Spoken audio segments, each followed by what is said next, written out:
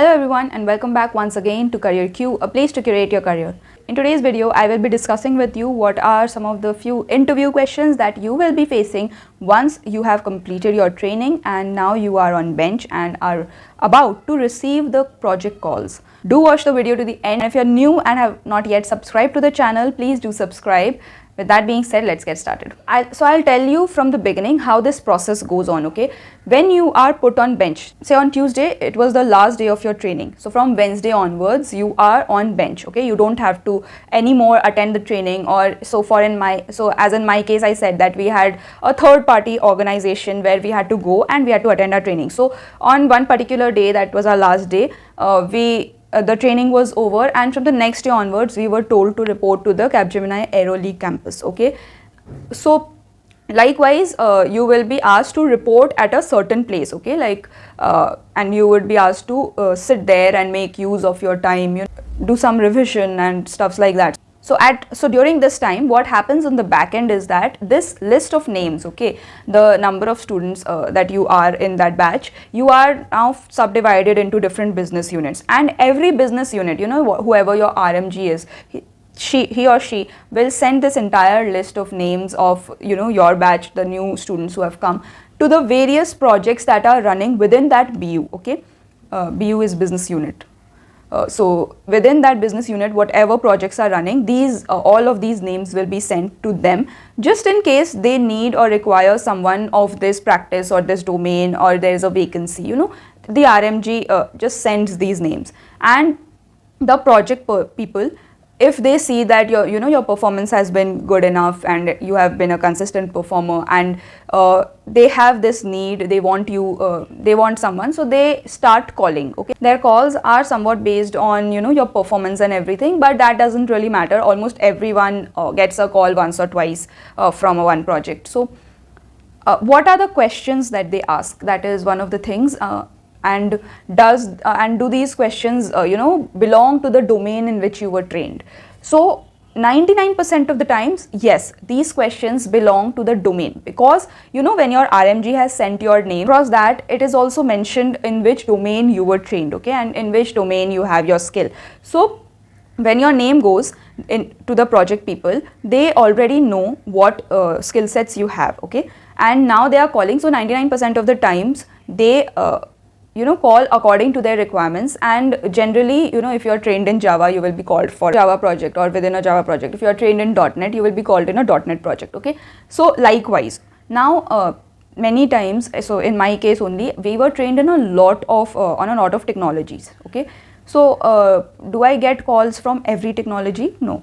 And once I'm selected, can I change my project? So there is this policy within Capgemini that you need to work in a project for 18 months. So if you're selected, then you cannot actually change, but there is also this loophole. You are kept in shadow, right? You are not entirely showcased to the client. So if during this period only you convey that you are not interested, or you're not understanding, this field is difficult, or you are not interested in this, you want some other thing that you were trained on, you want to work on that. So if you convey these things clearly, then definitely they will release you, okay, when you are within shadow.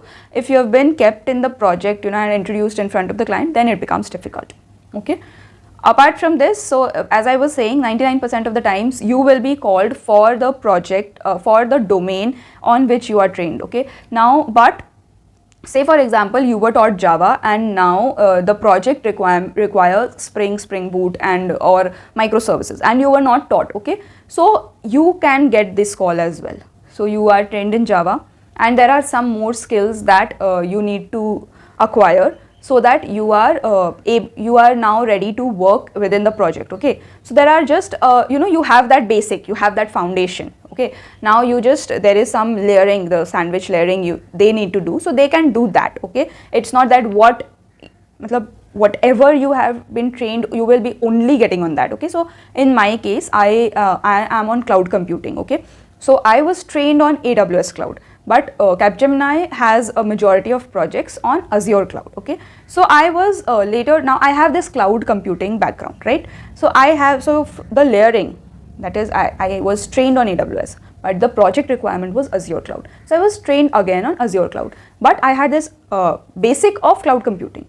So that is how it is. It's not very different from what you have been trained, but there can be an addition, subtraction, or there can be a bit of churning of your technologies that you have been trained on. Okay, so these things can happen.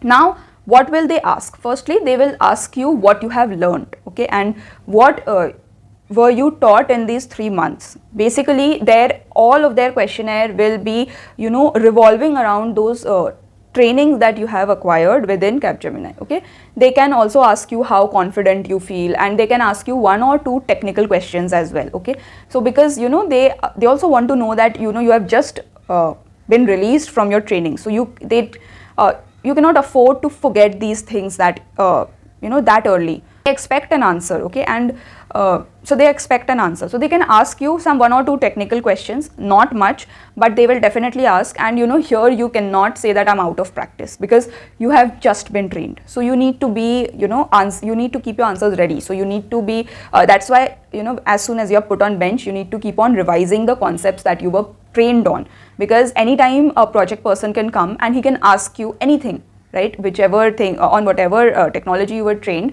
anything he can ask you, and you do not have this liberty of saying that for the past some time I have been involved in these things, so I am out of practice. Once I get hold of it, or when I'm working on it, I'll be able to confidently answer it. You don't have this answer, you cannot say it.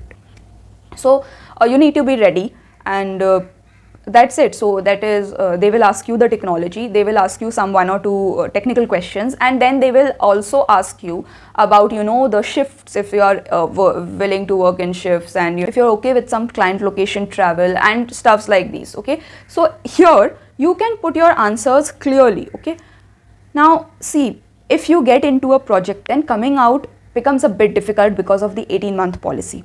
Okay, so better you take this opportunity and you don't lie. You will not be thrown out of the organization. You won't be fired because you rejected a project, correct?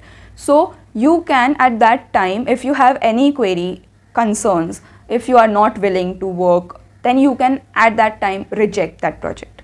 Okay, there is a lot of fear and a lot of what do I say, rumors.